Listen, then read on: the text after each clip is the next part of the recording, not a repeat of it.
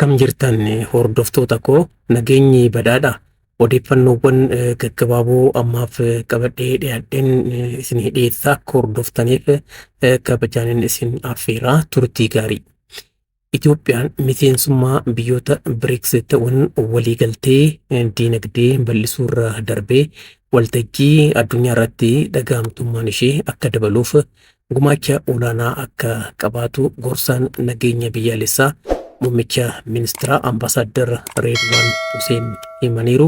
Yaa'ii biyyoota BRICS 15ffaa Afrikaa kibbaatti gaggeeffame irratti Itoophiyaa dabalatee Arjentiinaa, Gibx, Iraan, Saudi Arabiyaa fi Emireetota Araba wal ta'anii miseensummaa haaraan akka makaman raggaasisuun kan yaadatamudha kaleessa.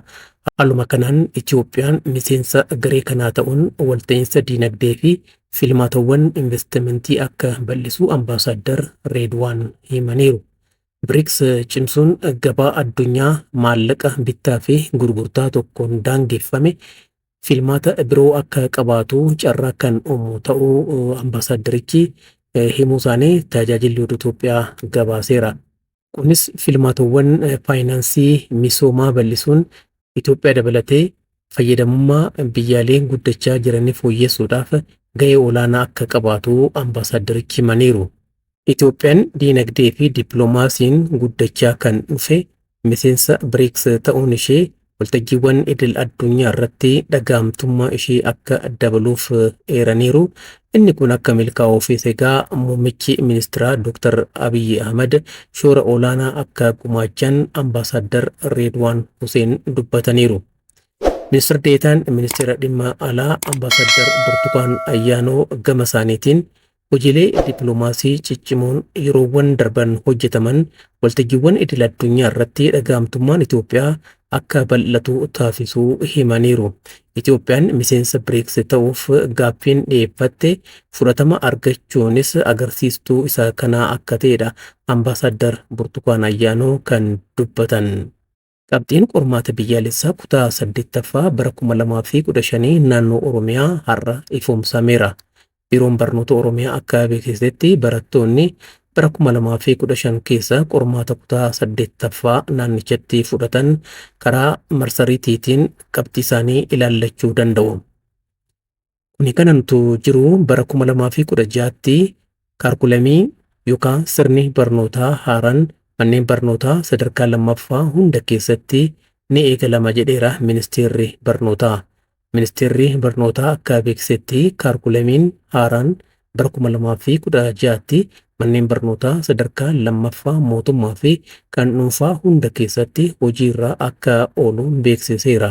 Akka hojii gaggeessaan fooyya'insa sirna barnootaa ministeerichaa Dr. Teediroos Shawaraggaat jedhanitti manneen barnootaa hawaasa idil addunyaa fi biyya alaarraa kan hafe manneen barnootaa mootummaa fi dhuunfaa kutaa 9ffaa hanga 12ffaa barsiisan hunda keessatti sirni barnootaa haaraan hojiirra kan oolu ta'a. Pireezidaantiin mootummaa naannoo Oromiyaa obbo Shimallis Abdiisaa inisheetivii misooma paarkiiwwan biyyaalessaa fi ikooturizimii ifoomsaniiru. Inisheetivii kanaan paarkiiwwan biyyaalessaa 24 fi ikooturizimii 18 kan haammataman yoo ta'u, lafti hektaarri 100,000 ol kan misoomu ta'uu himameera. Mootummaan naannoo Oromiyaa damee turizimiif xiyyeeffannoo addaa kenne hojjechaa akka jiru kan himan pireezidaantiin mootummaa naannoo Oromiyaa obbo Shimallis Abdiisaa mootummaan jijjiiramaa dinagdee damee hedduu hojiirra oolchaa jira jedhan. Godinaaleen iddoowwan turizimii sirriitti misoomsuun faayidaa barbaadamuuf oolchuu akka qabanis hubachiisaniiru. Iddoowwan hawwata turizimii daangessuu qofa osoo hin taane bu'aa barbaadamuuf akka ooluuf hundumtuu xiyyeeffannoon hojjechuu fi badhaadhina hawwamuu fiduudhaaf carraaquu akka qabus dhaamaniiru pireezidaantichi. Pireezidaanti Shimallis wayituma kanatti kaartaa qabiyyee iddoowwan hawwata turizimii daangeffaman godinaaleef kennuu isaanii kan gabaase OBN. Dhumarratti yaa'ii ariifachiisaa naannoo Amaaraa ilaalchisuudhaan murtiiwwan darbaniin isinitti hima. Yaa'iin ariifachiisaa tokkoffaa Mana marii naannoo Amaaraa har'a magaalaa Baahir Daaritti gaggeeffamaa ooleera. Yaa'ichi murtiiwwan faayidaa qabeessa naannicha fayyadan kan dabarse ta'uun beekameera. Naannichi dhimmoota adda addaa irratti kan mari'ate yommuu ta'u, irra jiraadhaan kan xiyyeeffate haala tasgabbii naannichaa irratti. Kana malees ammoo caaseffamaa bulchiinsa mootummaa naannichaa irratti xiyyeeffachuudhaan jijjiiramoota adda addaa akka taasise beekameera. Rakkoon tasgabbii naannoo Amaaraa keessatti mudatee dhiibbaa olaanaa hawaasa naannichaa irratti kan geesse ta'uusaa mana marichaa irratti marii taasifameen ka'eera. Egaa pirezidaantiin kanaan dura naannicha hoogganaa turan Dr. Yiliqaal Kaffaale gaabbii taayitaa gallakkisuu akkaataa isaan dheebbataniin manni marichaa irraa fudhachuudhaan akka isaan bu'anii fi hoogganaan biraa akka muudamus taasifameera. Akkaatuma kanaan mana marichaa keessaa miseensa mana marichaa jechuudha. Obbo Araggaa Kabbada namni jedhaman pirezidaantii mootummaa naannoo Amaaraa ta'uudhaan akka hooggananiif muudamaniiru. Pirezidaantichis erga muudamni isaanii mirkanaa'ee booda bulchitoota yookaan immoo hooggantoota waajjiraalee fi biiroolee adda addaa naannichaa mana marichaatiif dhiyeessuudhaan akka raggaasifamuuf taasisaniiru. Irra jiraadhaan hooggantoonni biiroolee fi waajjiraalee adda addaa naannoo Amaaraa akka jijjiiraman taasifameera.